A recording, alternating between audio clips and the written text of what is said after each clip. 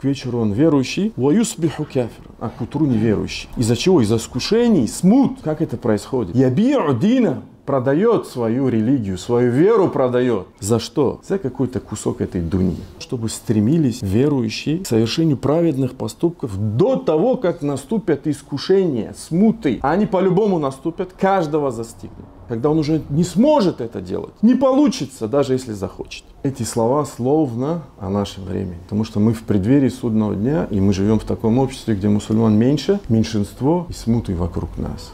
И мы это видим. Пусть не обольщаются те, у кого все хорошо. Ни в коем случае не обольщаются. Имеется в виду в жизни. Потому что если человек не испытывается, на самом деле стоит задуматься, как это делали некоторые праведные предшественники. Стремитесь, дорогие братья, стремитесь к прощению от вашего Господа и краю, ширина которого подобна ширине небес и земли.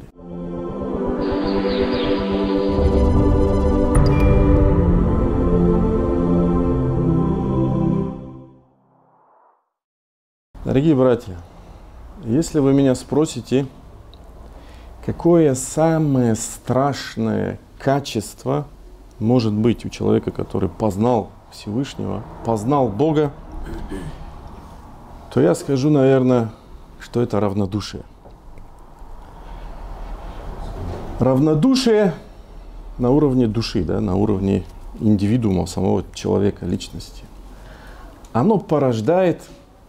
Мы сейчас говорим про человека верующего. Порождает что?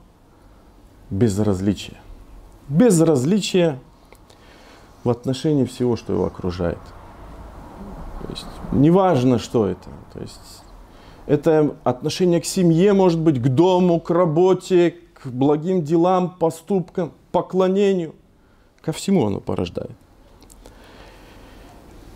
Как следствие, человек становится пассивным, инертным. Как следствие, человек становится аморфным. Ни рыба, ни мясо, как говорят в народе. Дорогие братья, сердце верующего человека, познавшего Всевышнего, оно наполнено жизненной энергией. Постоянным стремлением быть лучше и лучше, быть ближе и ближе к Нему. И поэтому Всевышний Аллах очень часто говорит в Коране, и такие формулировки встречаются не один раз. Сабику, формулировка, глагол. Сабику. Стремитесь, стремитесь, то есть гонитесь, соревнуйтесь. Эти все как бы смыслы там есть. В самой форме глагола. Иля магфирати мин раббикум, к прощению от вашего Господа. Ва джаннати, к раю, ардуха ка арди сама, ширина которого подобна ширине небес и земли. Хадид. Это сура Хадид. Другой суре. Васари'у. Там было сабику, а тут сари'у. Сабику. Пытайтесь опередить друг друга, если точнее будет. Сари'у. Стремитесь быть быстрее, чем кто-то другой. То есть речь о скорости. Васари'у иля магфирати мин раббикум, к прощению от вашего Господа. Ва джаннатин, и краю. Ардуха, ширина которой ас-самават, небеса, валь ард, и земля, подобно ширине небес и земли. Уиддат лиль муттакин, которые уготованы богобоязненным. Имран, 133 аят. Таким образом, дорогие братья и сестры, наше стремление ко Всевышнему – показатель того, что наше сердце живое, что наша вера, иман в этом бьющемся сердце – живая вера, живой иман. Это стремление ко Всевышнему и Его милости по вертикали отношения человек-Господь, да, исходит прежде всего от любви от стремления человека добиться довольства Всевышнего, от любви ко Всевышнему, оно прямо пропорционально, если говорить математическим языком, приводит к стремлению человека, именно к стремлению, к спеху, к соревнованию в благом по горизонтали. Именно поэтому Всевышний, описывая своих любимцев, какими были пророки и посланники, это любимцы Аллаха, это избранные люди Аллаха, Он говорит: «Иннахум кяну», они были, пророки и посланники, «юсариун фил хайрат», спешили, стремились быть первыми фил хайрат, в благом, в совершении благих поступков. «Ваяд'унана», и при этом, если это горизонталь, то вертикаль предшествует в любом случае. И обращались к нам с мольбой. «Рагаба ва рагаба», страхом и надеждой. Страх перед наказанием Аллаха, как два крыла, и надежда на милость Аллаха. «Ва кяну ляна хашаин», и были перед нами смиренными, теми, кто в трепете. Анбия, 90 аят. Именно поэтому Всевышний, если это речь о пророках и посланниках, в суре Аль-Му'минун, в суре верующих, описывая верующих, перечисляя их качества, подчеркивает. И что говорит Всевышний? «Инна лавина хум мин хашьяти раббихим мушфикун», которые боятся, в трепете перед Аллахом. «Валлазина хум би аяти раббихим ю'минун», которые веруют в аяты Аллаха. «Валлазина хум би раббихим ла юшрикун», которые не предают сотоварищей Аллаху, никого и ничто, не приравнивают. И дальше вывод, то есть перечисляются качества. Уляик, они. Кто эти все они? Они, как результат, как следствие, юсари'уна фил хайрат, спешат в благом, в совершении благого. Вахум ляха сабикун. Не просто спешат, вахум ляха сабикун. И они все опережают, стараются опередить и опережают. Вахум ляха сабикун. И также пророк, саллаллаху алейхи ва саллям, как-то сказал, он как-то увидел, да, что люди, значит, не стремятся быть первыми в рядах. И он сказал: «Такаддаму фатамму би», проходите вперед, становитесь за мной. «Валяти бикум ман ба'дакум», пусть за вами станут те, кто придут после вас. «Валя язалу каумун ятаахаруна хатта юахирахум Аллах азза ва джаль». Ведь люди, если не будут спешить, будут опаздывать, то Аллах будет сделать так, что они будут опаздывать. Но имеется во всем, во своей жизни, в своих поступках. Еще один интересный случай. Абу Зар что говорит? О посланник Аллаха, что спасет раба Аллаха от огня? Тогда пророк ему сказал: «Эль-иман», вера в Аллаха. Абу Зар спросил: «О посланник Аллаха, инна ма'аль имани амаля», ведь поистине с верой должны быть деяния. Тогда пророк саллаллаху алейхи ва саллям сказал: «Ярдах мимма разакахуллах», пусть жертвует из того, что Аллах ему даровал в ризк.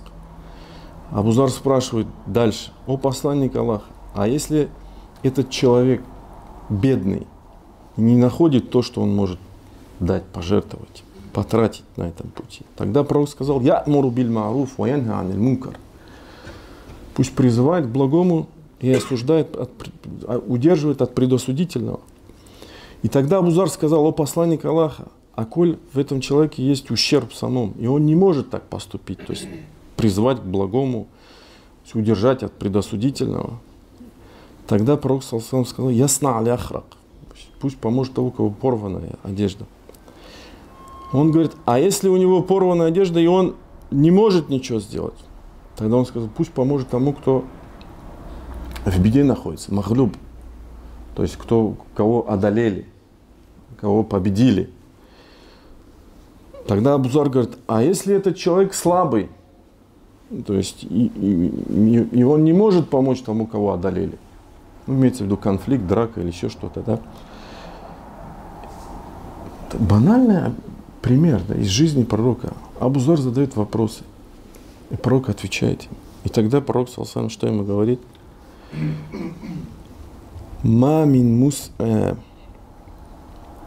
Ма туриду ан татрука фи сахибика мин хайр. Что ты, Абу Зар, не хочешь в своем собрате, о котором ты сейчас задаешь вопросы и спрашиваешь, оставить вообще никакого блага, ни одного хорошего качества? И тогда пророк, саллаллаху, говорит, юмсику ан адаль-нас. Даже если он это все не может делать, пусть хотя бы не ущемляет, не досаждает людям. И тогда Абу Зар спрашивает, что посланник Аллаха, а если он это сделает, он войдет в рай? И пророк саллаллаху говорит, да. Мамин муслимин яфалу хислатан мин хауля. Любое качество, которое из перечисленных мусульманин выполнит, илля ухидат биядихи хатта тудхилиху аль-джанна. За это будет взят за руки и введен в рай. Этот хадис достоверный, по мнению современного хадисоведа Аль-Альбани. Такой интересный случай. Этот случай указывает на то, каким должен быть мусульманин. Контекстуально. Он должен, в нем должно быть благо. Должно исходить благо от него. Стремление. То есть, дорогие братья и сестры, еще раз. Наше стремление ко Всевышнему и как следствие наша инициативность в благих делах – показатель того, что наше сердце живое, что наша вера, наш иман в этом бьющемся сердце живая. Через призму данного понимания пусть каждый сам задаст себе сейчас вопрос. В первую очередь я сам себе. В этой инициативности, которой предшествует живое сердце, живая вера, живой иман, кто нуждается? Кто нуждается? Всевышний. Аллах говорит о себе, я юханнас, о люди, антумуль фукара, вы бедные, вы нуждаетесь в Аллахе, или Аллах, валлаху хуаль ганиюль хамид. Аллах богатый, достохвальный. Кто нуждается? Родственники, близкие, которым мы должны помогать, коль бы им помогаем. Или наши братья по вере, или наши родные братья, неважно. Или просто знакомые, которым мы помогаем. Особенно, если они испытаны бедой. Они нуждаются? Да нет, конечно. Через призму данного понимания, о котором я говорю. В первую очередь нуждается каждый человек сам. Обратите внимание, что говорит Аллах. Ва-акиму саля. Выстаивайте намаз. Ва-ату зака. Выплачивайте закят. И дальше. Ва-ма туқаддиму. Все, что вы не дадите, смотрите на эту формулировку. Ва-ма туқаддиму. Для кого? Перечислены благие деяния. Ли анфусикум. Для себя. Вама туқаддиму ли анфусикум. Все, что вы это делаете, оно для себя, для вас. Вама туқаддиму ли анфусикум. Мин хайрин. Из блага таджидуху. Неважно, какое это благо. Поклонение, участие в благом, в жизни, в благотворительности, в помощи к тому, кто испытан бедой, неважно. Во всем этом. Таджидуху инда Аллах. И вы найдете этого Аллаха. Инна Аллаха бима та'амалуна басир. Поистине Аллах видит то, что вы совершаете. Также Всевышний говорит, лейса алейка худаху. Вести их прямым путем не твоя обязанность, ибо Аллах ведет прямым путем, кого пожелает. И дальше Аллах говорит, уама тунфику мин хайрин. Опять эта формулировка точная. И все, что вы не расходовали из благого, здесь уже как вывод Аллах говорит. Там косвенно говорит, а здесь как вывод. Фали анфусику. То для вас самих же. Фали анфусикум. Вама тунфикуна вы расходуете это только из стремления к лику Аллаха, как это должно быть. Какое бы добро вы ни израсходовали, вам воздастся сполна, и с вами не поступят несправедливо. Примечательно, что к тафсиру данного аята приводится сообщение от Ибн Аббаса, который рассказывал о сподвижниках. Что он говорил? Они не раздавали пожертвования своим родственникам из числа язычников, многобожников. И тогда был ниспослан аят. Вести их прямым путем не твоя обязанность, ибо Аллах ведет прямым путем, кого пожелает, и так далее. Братья, что это все означает? Что это означает? Еще раз. В этом стремлении, в этой инициативности, которая с каждым ударом имана, да, в нашем, иншаллах, живом сердце, в этой инициативности перерастающей, которая должна, по сути, перерастать в соревнования, в благих делах, в той помощи, неважно чем,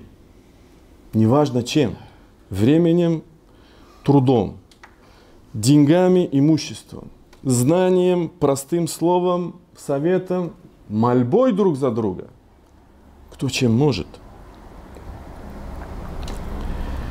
в той поддержке, которую мы оказываем в трудный час, в беду, в момент испытания, неважно кому, близким, родственникам, простым братьям, бедным, нуждающимся или даже бизнесменам, если каждый может быть испытан, по-разному может быть испытан,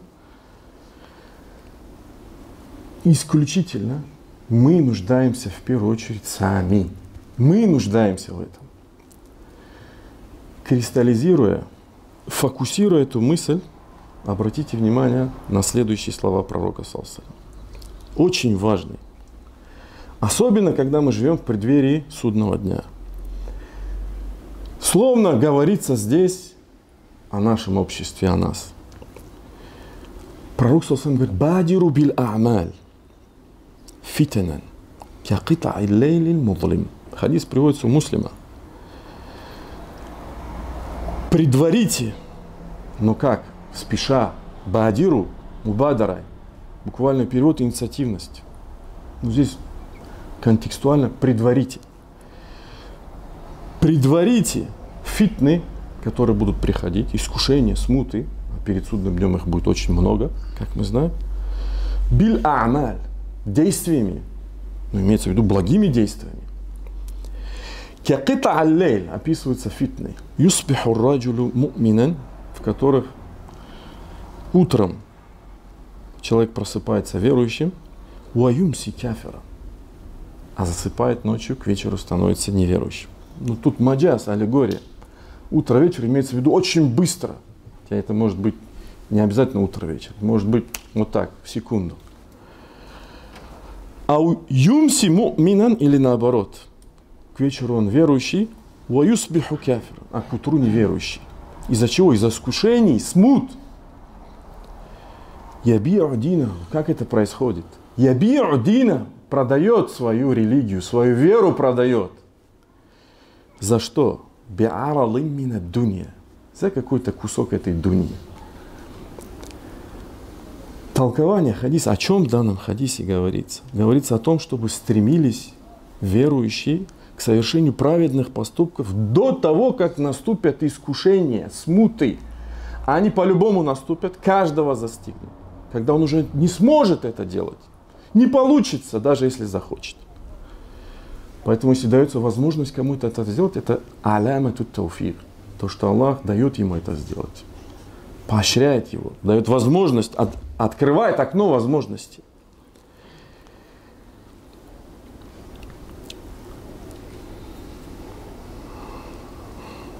Также, что надо спешить до того, а не после того.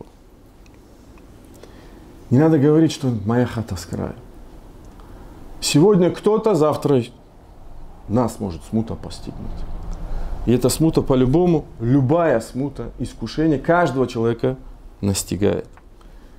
Также эти слова пророка саллаллаху алейхи ва саллям указывают, что если человек делает благие дела, совершает, то эти смуты, искушения, то есть эти благие деяния защищают его.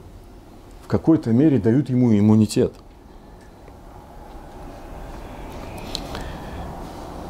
Но при этом это обращение, эти слова пророка, как комментируют ученые этот хадис, они обращены к каждому. И к тому, кто халатно относится к этому качеству, о котором мы говорим. И к тому, кто усердствует на пути Аллаха, дабы он не зазнавался. В любом случае. То есть человек должен постоянно вести самоанализ. Также важный вывод из этого хадиса. И делать правильный выбор на весах. Потому что мы испытываемся по-разному. Яби адинаху би'арады мина дунья, продает свою веру, религию за кусок дуньи. По-разному мы можем продать. Поэтому важна самооценка. Кто-то славой, кто-то имущество, кто-то за женщину, кто-то еще. По-разному. Постоянный самоанализ, постоянная самооценка, критика. И как я говорил, эти слова словно о нашем времени. Потому что мы в преддверии судного дня, и мы живем в таком обществе, где мусульман меньше, меньшинство и смуты вокруг нас. И мы это видим. Видим такие картины.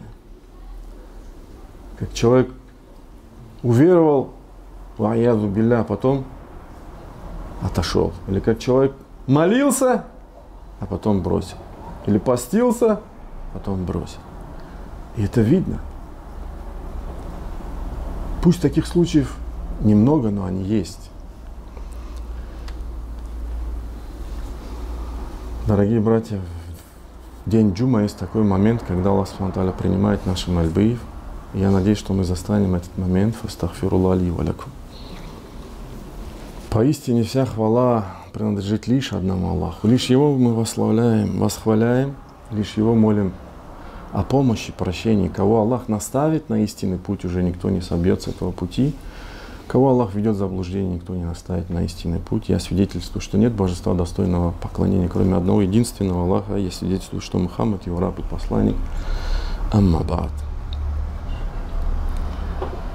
Как я это подчеркнул, братья, приводя предыдущий хадис, важный еще один акцент. Пусть никто не думает, что если человек старается на пути Всевышнего, он не будет испытан. Он будет испытан. Почему? Потому что пророк сам так сказал. Когда его спросили, «Ашадду нас балаан аль-анбия», он сказал, больше всего испытываются пророки. «Сумма салихун», затем праведные люди. «Сумма аль-амсаль фаль-амсаль», затем самый примерный, самый примерный. То есть, чем ближе человек к Аллаху, тем больше испытаний его настигает. Рано или поздно. Настигает. Потому что он старается на его пути, количество врагов у него растет, мунафики ему завидуют и так далее. И это процесс нескончаемый. И также Всевышний по этому поводу уже говорит. И мы непременно вас испытаем.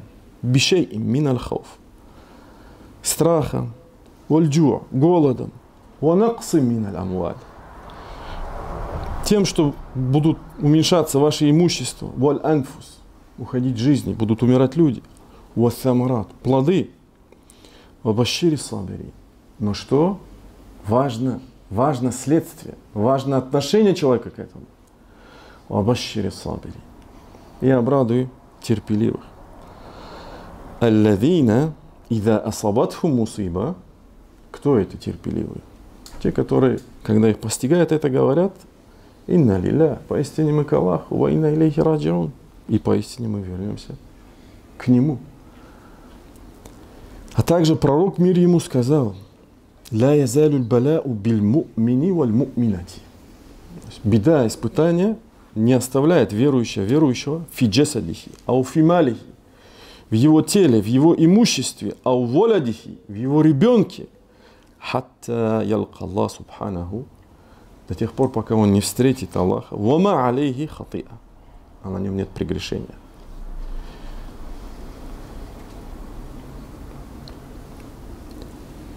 И при этом еще один важный акцент. Пусть не обольщаются те, у кого все хорошо. Ни в коем случае не обольщаются. Имеется в виду в жизни. Потому что если человек не испытывается, на самом деле стоит задуматься, как это делали некоторые праведные предшественники. Потому что это может быть истидрач, то, что Аллах вовлекает и завлекает, как об этом подчеркивается также в аяте. «Санастадриджуху мин хайсу ла я'ламу». И мы вовлечем их, то есть будем давать. Вовлечем оттуда, откуда они не ведают. «Ва умли лахум». И я накопляю им. «Инна кейди матин». Поистине моя хитрость крепка.